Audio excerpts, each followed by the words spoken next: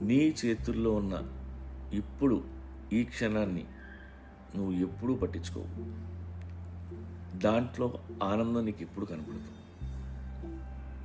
అందుకే నేను ఆనందంగా ఉండాలనే కోరిక ఎప్పుడు కలగానే మిగిలిపోద్ది. ఇవాళ నువ్వు ఆనందంగా లేకపోతే నీ న్యూ ఇయర్ ఎప్పుడూ బాగుండదు. అలాగే రేపటి ఆనందం కోసం ఎదురు చూస్తూ బతుకుతున్నావు అంటే అర్థం ఏంటి? You are a miserable person. నీకు ఆనందంగా ఉండటం తెలియదు, మనశ్శాంతిగా ఉండటం తెలియదు. ఈ సంవత్సరం కాకపోతే నెక్స్ట్ ఇయర్ ఏదో రోజు నేను బాగుంటానులే, కష్టాలు తీరిపోతాయిలే అని అనుకుంటూ బతకటం.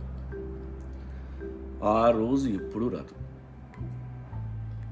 నిన్న గురించి ఆలోచిస్తూ ఈరోజు అన్హ్యాపీగా ఉండటం, రేపట్లో ఆనందాన్ని వెతుక్కుంటూ బతకటం తప్పుగా